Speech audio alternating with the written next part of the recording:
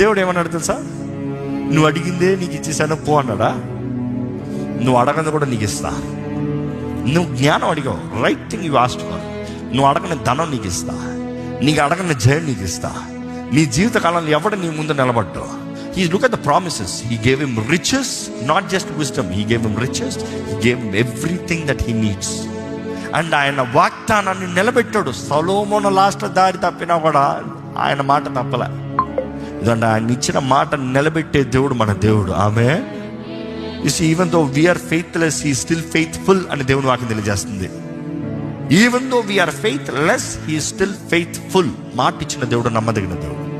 You see, ఈరోజు ఈ మాటల్లో జ్ఞాపకం చేసుకోవాలంటే, కృతజ్ఞతాస్తుతులు మనం అర్పించినప్పుడు దేవుని సన్నిధిని, దేవుణ్ణి మనం ఆహ్వానిస్తాము.